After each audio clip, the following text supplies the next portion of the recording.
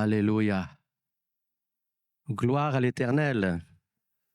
Amen. Le Seigneur est merveilleux. Alléluia. Le Seigneur nous fait du bien. Oh, merci Seigneur pour tes bontés, pour cette grâce si merveilleuse. Waouh. Il est bien présent ce matin. Il est bien présent parce que tu l'as cherché, parce que tu t'es approché de lui. Tu l'as loué, tu l'as glorifié. Et c'est là qu'il manifeste sa grâce sur ta vie. Amen. Tu es bon, Seigneur. Mais tu veux encore nous faire du bien. Et là, c'est à travers de ta parole. Cette parole qui est puissante encore, qui est agissante. Amen. Et elle va nous parler ce matin. Alléluia. Béni soit l'Éternel. Béni soit l'Éternel.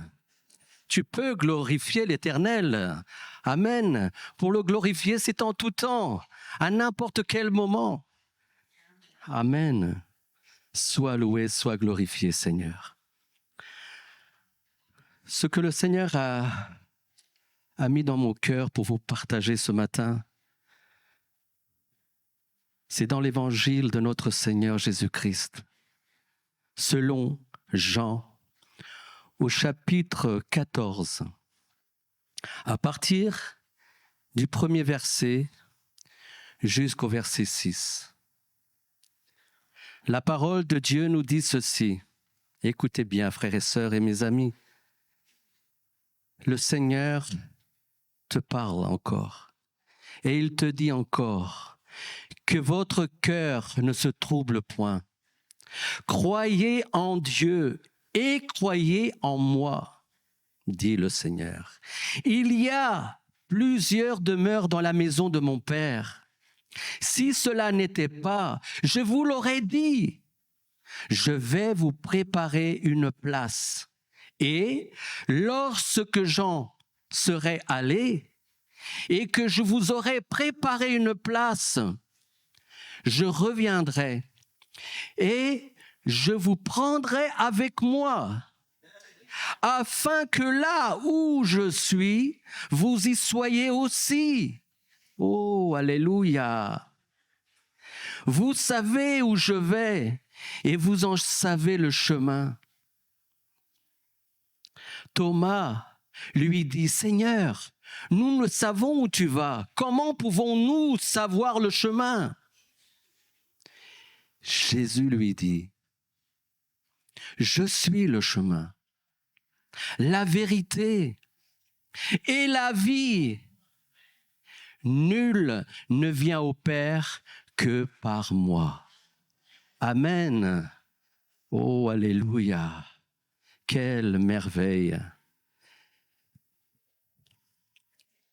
Je veux vous parler ce matin de ces trois sujets, qui est le chemin, la vérité et la vie. Premièrement, le chemin. En Matthieu, chapitre 7, verset 14, et nous verrons aussi le verset 13, Jésus nous parle de deux chemins. Ces deux chemins sont très différents, frères et sœurs. Et nous allons le voir. En Matthieu 7, le verset 14 nous dit ceci. Mais étroite est la porte, resserré est le chemin qui mène à la vie, et il y en a peu qui les trouvent. Le verset 14 nous parle d'une porte qui est étroite et que l'on doit entrer, on doit entrer par cette porte. Et cette porte, elle nous donne accès à un chemin. Ce chemin est resserré, qui veut dire qu'il est étroit. Ce chemin est sinueux, qui veut dire difficile d'y marcher. Un chemin, frères et sœurs, où il faut renoncer à soi-même. Un chemin où il faut s'efforcer. Un chemin où il faut obéir. Mais surtout, nous dit la parole de Dieu que ce chemin nous donne la certitude de la vie éternelle. Oh, alléluia! Ce chemin te donne la certitude de la vie éternelle. Tu es la plupart de ceux qui sont ici, de nous tous, la plupart, nous avons rentré par cette porte. Et ce n'est pas facile, parce que cette porte, elle est si petite, elle est si étroite que presque personne ne la voit. Mais elle est existante, elle est là. Et cette porte, frères et sœurs, c'est Jésus. Jésus nous dit dans sa parole, « Je suis la porte ». Et cette porte, frères et sœurs, elle te mène sur un chemin. Et nous sommes dans ce chemin. Parce que nous sommes déjà passés par la porte. Nous sommes venus à Christ. Nous l'avons accepté. Ça veut dire que nous avons entré. Amen. Il nous a donné l'accès. Et nous sommes aujourd'hui sur ce chemin. Et c'est pas facile, frères et sœurs. C'est pas facile. Parce qu'il faut obéir. Il faut renoncer à soi-même. Le chemin est difficile.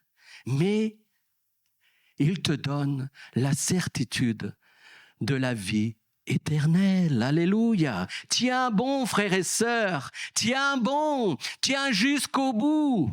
Parce que le Seigneur a préparé une demeure pour toi. Une demeure est préparée pour chacun de nous, frères et sœurs. Et il dit qu'il reviendra nous chercher. Il reviendra nous chercher, tu es dans ce chemin, tu tiens bon, et à un moment donné, il va venir te chercher pour que tu sois avec lui. Pour toujours, pour toute l'éternité, alléluia. Et le verset 13, écoutez bien le verset 13. Entrez par la porte étroite, car, et c'est là la différence, car large est la porte, spacieux est le chemin qui mène à la perdition. Et il y en a beaucoup qui entrent par là. Miséricorde. Le chemin, la porte de la facilité. Elle est tellement large, cette porte. Elle est tellement large que la plupart des personnes y rentrent. Mais c'est une porte qui te mène à la perdition, nous dit la parole de Dieu. Et nous voyons ce qui se passe dans ce monde. Ce monde est perdu, frères et sœurs. Il n'y a que Jésus. Il n'y a que Jésus pour te délivrer de la perdition. Alléluia. Jésus nous parle de ce chemin qui, celui-ci, a une porte large, comme nous l'avons vu, avec malheureusement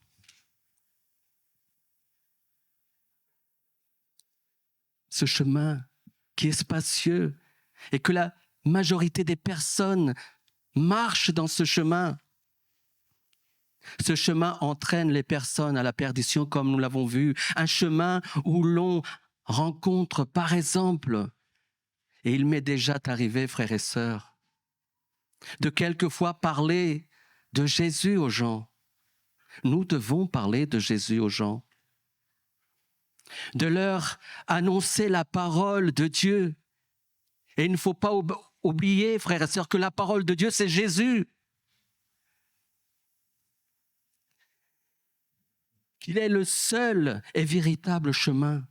Il est le seul et véritable chemin. Mais les gens disent parfois, « Ah, moi j'ai déjà ma religion. Ah, moi, vous savez, ma religion c'est celle-ci. Ma religion c'est celle-là. » À un moment donné, on ne s'en sort plus avec les religions. Ce n'est pas la religion qui nous sauve, c'est Jésus. J'ai même entendu dire parfois, frères et sœurs, vous savez, mon ami, de toute façon, les religions sont plusieurs chemins qui mènent les personnes à Dieu. On entend parfois dire ça. Ah, il suffit d'avoir ta religion, d'être sérieux dans ta religion. Tu sais, les religions, c'est plusieurs chemins. Ils te mènent à Dieu, c'est la finalité, ils te mènent à Dieu. Mais ce n'est pas ça. Ce n'est pas ça que nous dit la parole de Dieu. Alléluia. C'est ce que disent les personnes. La parole de Dieu est bien claire, comme nous l'avons vu en Jean 14, 6. Ici, écoutez bien, frères et sœurs, ici Jésus ne dit pas qu'il est un chemin ou plusieurs chemins, mais il affirme, Jésus affirme, c'est lui qui le dit, je suis le chemin. Je suis le chemin. Jésus est le seul moyen qui nous amène au Père. Jésus dit dans ce même verset, nous l'avons lu, « Nul ne vient au Père que par moi ».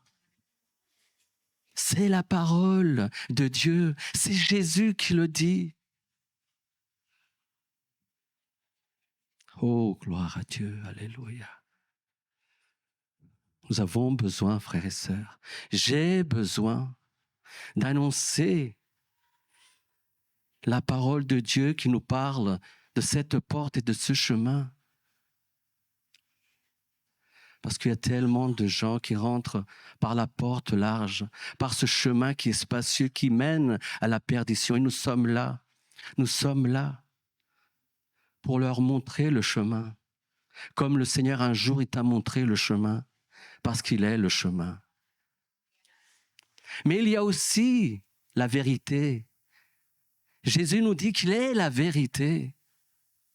Le texte nous dit aussi que Jésus est la vérité. Jésus est la vérité, il est la parole de Dieu révélée.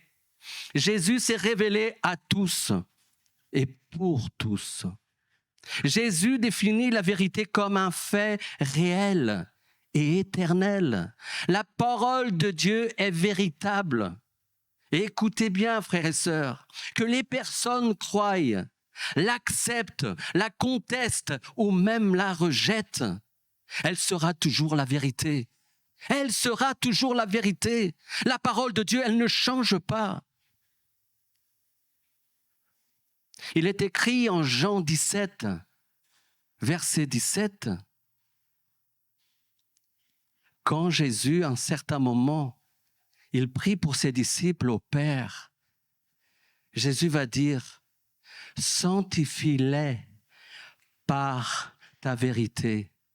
Ta parole est la vérité. » Le psaume 119, 89 nous dit ceci, « À toujours, ô Éternel, ta parole subsiste dans les cieux. » Qui veut dire que cette vérité, elle est éternelle. La parole de Dieu, elle est éternelle. Qui vraiment est dans le royaume de Dieu en suivant et en obéissant à Jésus, celui-ci connaît la vérité et vit cette vérité. Et là, frères et sœurs, je ne parle pas d'une connaissance humaine où il y a beaucoup de choses qui sont véritables. Mais là, je vous parle de la vérité, frères et sœurs, la vérité qui libère. La vérité qui libère, la vérité qui peut changer ta vie. Alléluia. Comme par exemple, libérer du monde. La vérité te libère du monde. Du péché. La vérité te libère du péché et du domaine de Satan. Et il est écrit, frères et sœurs, en Jean chapitre 8, verset 32, il est dit ceci, Vous connaîtrez la vérité. Vous connaîtrez la vérité. Et la vérité, cette unique vérité, vous affranchira, qui veut dire vous rendra libre. Alléluia, quelle grâce. Le verset 36 nous dit ceci, si donc le Fils vous affranchit, vous serez réellement libre. Alléluia. Nous sommes déclarés libres. Alléluia. La vérité nous libère de nos doutes. Quand nous croyons et vivons cette vérité, elle nous libère. Nos yeux spirituels s'ouvrent et nous commençons à comprendre cette vérité qui est la parole de Dieu. Je me rappelle, frères et sœurs, quand je suis venu à Jésus, quand j'ai accepté le Seigneur dans ma vie, j'étais un religieux, on va dire comme ça, extraordinaire. Mais je ne comprenais rien, quoi. Mais quelle connaissance que j'avais! Rien du tout. À peine je suivais une religion. Mais le jour, frères et sœurs, que j'ai accepté le Seigneur, que je suis rentré par cette porte, la porte, c'est Jésus, n'oublions pas. Et que j'ai commencé à cheminer, j'ai commencé à marcher dans ce chemin, en allant dans la maison du Seigneur pour entendre et pour apprendre la parole, cette vérité. À fur et à mesure que j'apprenais, parce que j'écoutais la parole de Dieu et j'absorbais cette vérité, et cette vérité, frères et sœurs, a changé, a bouleversé ma vie. Il n'y a que cette vérité pour changer ma vie, pour changer nos vies, comme elle l'a fait à nous tous qui sommes ici. Et nous pouvons rendre gloire à Dieu. Amen. Gloire à Dieu. Merci Seigneur pour cette vérité. Tu es la vérité. Alléluia. Jésus est le chemin. Jésus est la vérité. Mais il nous dit aussi qu'il est la vie. Jésus est la vie. En Jean 1, verset 4, il est dit, en elle était la vie, et la vie était la lumière des hommes. Elle, ici, c'est la parole. Et la parole, c'est Jésus. Jésus est la parole de Dieu. Amen. En fait, Jésus est la source de la vie. Il a donné la vie. Il est dit que nous sommes de la poussière, ayant reçu le souffle de Dieu qui nous donne la vie. Et c'est ce souffle de Dieu qui nous garde en vie. Et ça, frères et sœurs, ce n'est que la vie physique. Ce n'est que la vie. Rappelez-vous, quand le Seigneur, parce qu'il est écrit dans la parole de Dieu, et on le sait, quand le Seigneur a formé l'homme, il l'a formé de la poussière. C'était un petit tas de poussière. Il avait une forme d'homme, mais c'était un petit tas de poussière. Alléluia. Et tout comme un petit tas de poussière, il s'est passé quelque chose pour que ce personnage, on va dire comme ça, qui était que à peine de la poussière, il a fallu le souffle de Dieu pour animer cette forme qui était à peine de la poussière. C'est le souffle de Dieu qui a animé. De même, frères et sœurs, La vie humaine, sans Jésus, elle demeure inanimée. Vous voyez la différence? Sans le souffle de Dieu, ce petit tas de poussière était inanimé. Mais dans le spirituel, quand tu rentres dans le spirituel, c'est exactement la même chose. Une personne sans Jésus demeure inanimée.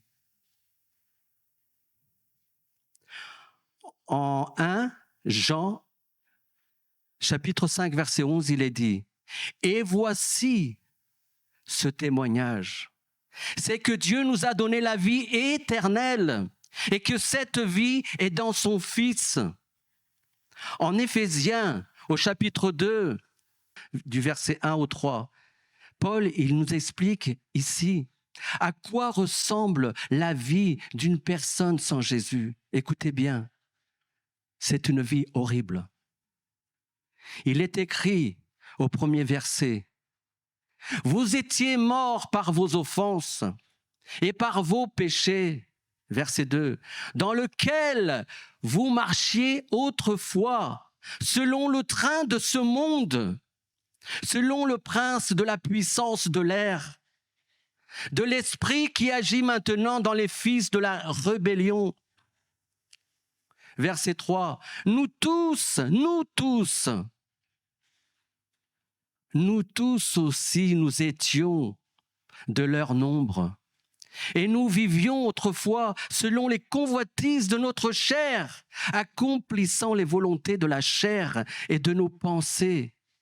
Et nous, par nature, des enfants de colère, comme les autres. » On était, frères et sœurs, comme les autres.